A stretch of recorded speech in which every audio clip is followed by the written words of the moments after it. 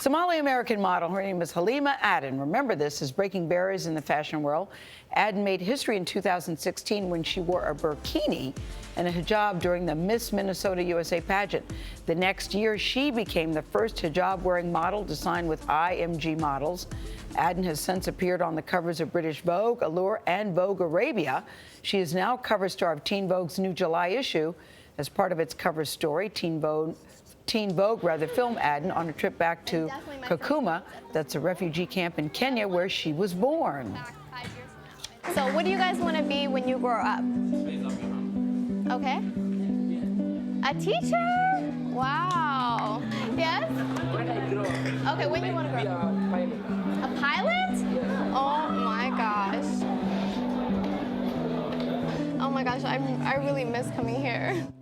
Oh my gosh, she says today the United Nations Children's Fund, known as UNICEF, is announcing that Halima Aden is its newest ambassador. Go you! Thank you. Good morning, and she joins us at the table. You've got such an amazing life story, Halima. I mean, you're a story of so many firsts in your life.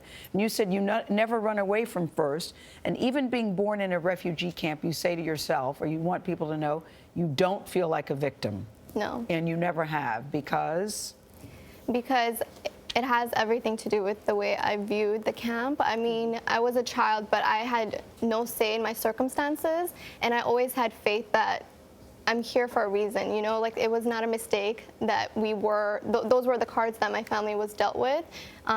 So I think that has a lot to do with like my positive outlook on even the camp, because I had a great Well, your family walked 12 days to get from Somalia to Kenya. You said you had a great childhood. Yeah. Yeah, tell us that. Because we didn't have toys in the camp, but we had each other. We had this sense of community, and my mom moved us around the camp to make sure like we felt comfortable with the other people that were living there. And she wanted from an early age for me to be accepting of differences and different cultures, and I think that has a lot to do with who I am today. You've said that being named the UNICEF ambassador is your proudest accomplishment to date. Yeah. Why?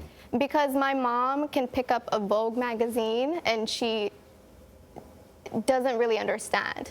But when I told her about UNICEF, she started crying, you know? When I told her that news, it was like the first time in my modeling career that she was really, truly proud of me, because I think it's like a difference in culture, and she doesn't understand like the impact of being represented for the first time, but she does understand me working with UNICEF. Yeah. Yeah, you've also said that you feel guilty sometimes, and you want to make sure that you've made the best of the opportunity. How do you feel guilty? I feel guilty because for my family to get out, that means millions of other families never got that opportunity. So there's so many little girls out there that will never see the opportunities that I had, you know? And it wasn't easy. Like, it took my family years to go through the vetting process to get into the country, but I feel like, okay, I got here, now what am I gonna do with my life? How can I make sure that I'm empowering the girls that will never have that opportunity that I did? It's rare in America to see a model wearing a hijab. And when I read about you, you actually made it part of your modeling contract, right? I mean, explain that. Yeah. What was the give and take culturally? So for me, I think it's also seeing how my mom is a very strong woman, and even though she's illiterate, she's still very powerful.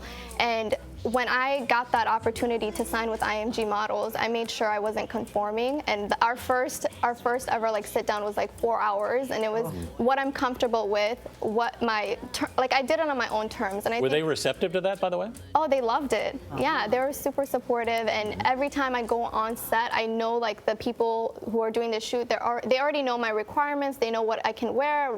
Like they've already had an understanding, and I always felt safe. But think of you as a little refugee girl who's now a model, who is now a top model. Because did you enter a beauty pageant contest and you were discovered? Yeah. That's what happened to you? That's what happened. So this is like, this is why I say I don't think life is an accident. So in 2016, there was a mall stabbing that happened in my community, actually in St. Cloud. And then that had the media attention, and Huffington Post came down to like interview me just because I went to SCSU and at a peace rally just to bring the Somali community and like everyone else together to be like, we're united. We're not going to let this instance divide us.